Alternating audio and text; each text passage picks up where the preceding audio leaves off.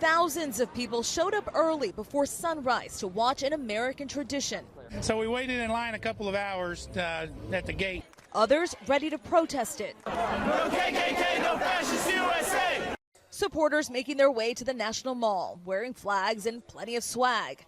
Little LJ here came all the way from South Texas with his family, and you can see he is got all the gear ready to go. Families from around the country, Texas, South Carolina, Wisconsin, making the trek to D.C. We rode a 16-hour bus ride, overnight. 16-year-old Libby Foster came all the way from Kentucky, rooted for Hillary Clinton to win, but showed up at Mr. Trump's inauguration anyway. I'm fearful that there's going to be a lot of bigotry and racism in the upcoming administration. Everybody is American. We're all Americans at the end of the day. Across D.C., protesters clashing with police, blocking parade routes, some throwing rocks, damaging vehicles and businesses, igniting small fires. At least 95 people have been arrested. I wanted to show from day one that Donald Trump is going to face massive resistance from people like us. President Trump echoes some of the same messages from the campaign trail, like promising to keep America first. Some of the thousands of people who came out here today say they'll hold him to that. I would look for Trump to stand up and do what he says he's going to do. I would look for an improvement in our economy, for one.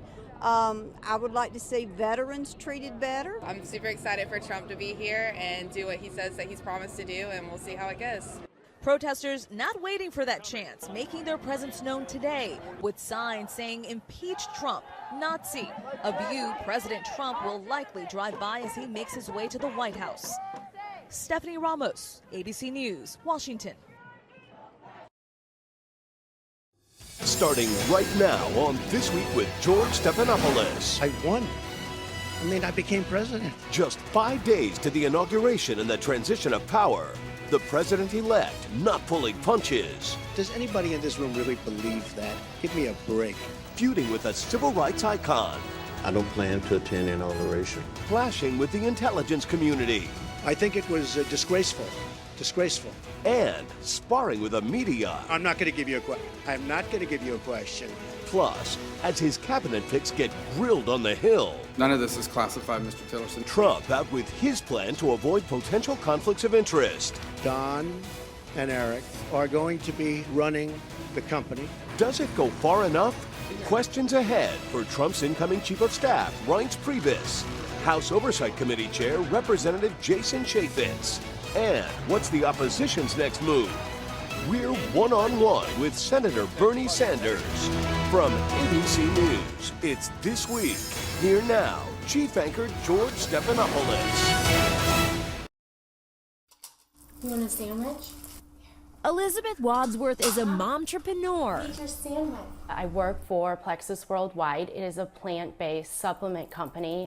The word momtrepreneur may be unfamiliar, but you've probably seen their work in action on Facebook or Instagram. I'll send out a message and say, hey, I've been doing this for quite some time. These products are really great, and I'd love to share more with you if you're interested. Maybe you'd like to look at this more closely.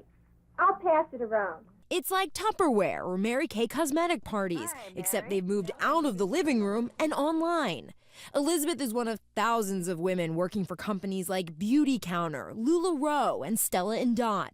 Skincare company Rodan & Field says it has around 150,000 independent consultants and reported a revenue of $626 million in 2015. A momtrepreneur is likely to be in their 30s or 40s, a woman who wants to work but have flexibility. It allows people to do a lot of their work at home in off hours, when their kids are sleeping or after they finish their 9-to-5 job. I just fit it into the nooks and crannies of the day. It's hard work, a lot of hustling, and not always lucrative. Rodan & Fields reports that the average annualized income for one of their sales distributors was around $3,100.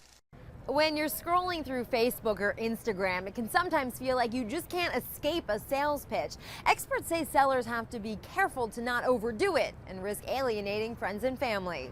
I've bought from some of them, but I don't feel that I have to. You may roll your eyes once in a while, but no. I'm not mad about it, yeah. As a military wife and mom of 3 young boys, Elizabeth Wadsworth says this is the type of work she can do forever, from anywhere. There's a huge social aspect of it, just communicating with people and their lives and just connecting. Karen Travers, ABC News, Springfield, Virginia.